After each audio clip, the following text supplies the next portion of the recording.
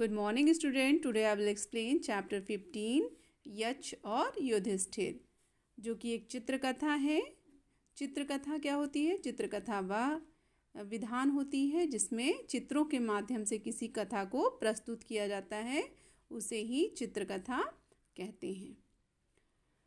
ये जो यक्ष और युधिष्ठिर पाठ है, यह वेद व्यास रचित महाभारत के अरण्य पर्व से लिया गया है। इस पर्व में यक्ष और युधिष्ठिर के बीच में संवाद हुआ था जिसे कि यक्ष प्रश्न भी कहते हैं। तो 12 वर्ष के वनवास के समय जब पांडव द्रौपदी के साथ द्वैत वन में पहुँचे थे तभी यह घटना घटित हुई थी। ठीक है, तो चलिए अब हम लोग पढ़ते हैं इस पाठ को।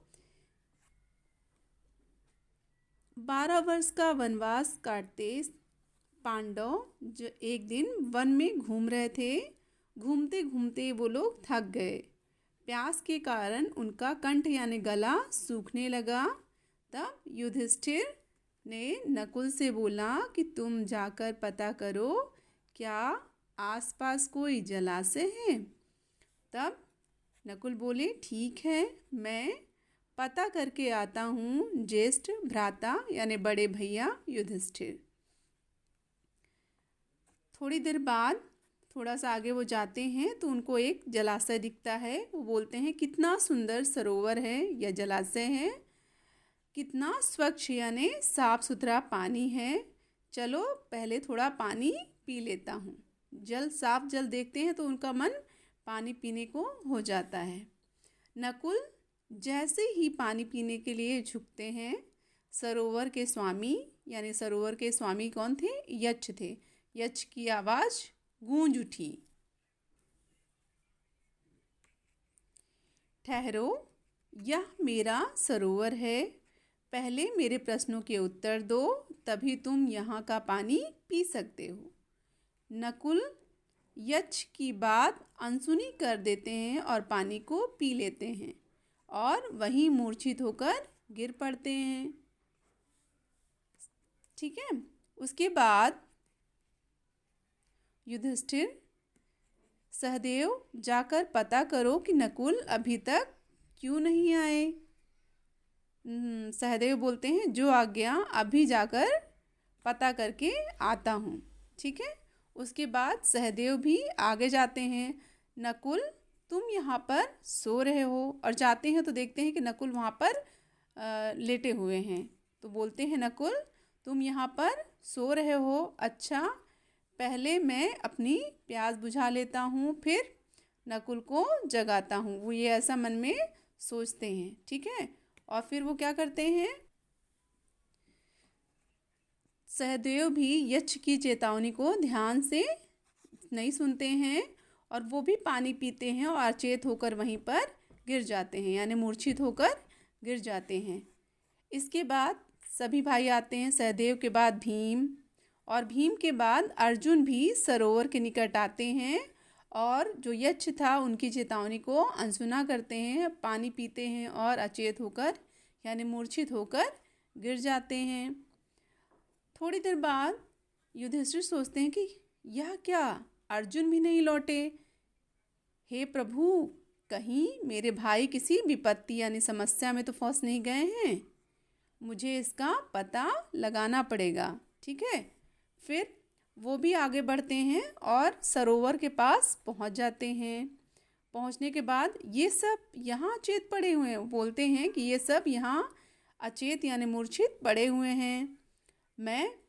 फिर वो सोचते हैं क्यों गिरे हुए हैं। तो वहाँ पे जो यक्ष होता है वो बोलता है कि मैं बताता हूँ, तुम्हारे भाइयों ने मेरी बात नहीं मानी और मेरे प्रश्नों के उत्तर नहीं दिए और पानी पी लिया, जिसके कारण वो लोग मूर्छित पड़े हुए हैं।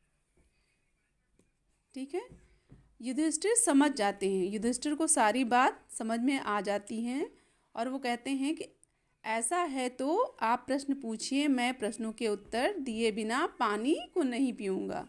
ठीक है, तो जो यक्ष होते हैं वो पूछते हैं पहला प्रश्न। मेरा पहला प्रश्न है कि दुनिया का सबसे बड़ा आश्चर्य क्या है?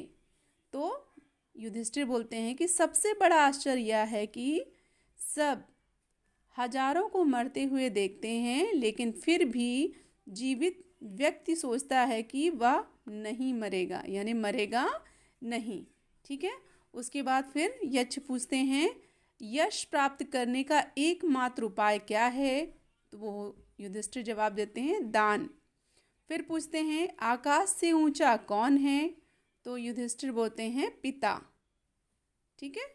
फिर वो पूछते हैं कि मनुष्य का साथ कौन देता है? तो धैर्य देता है।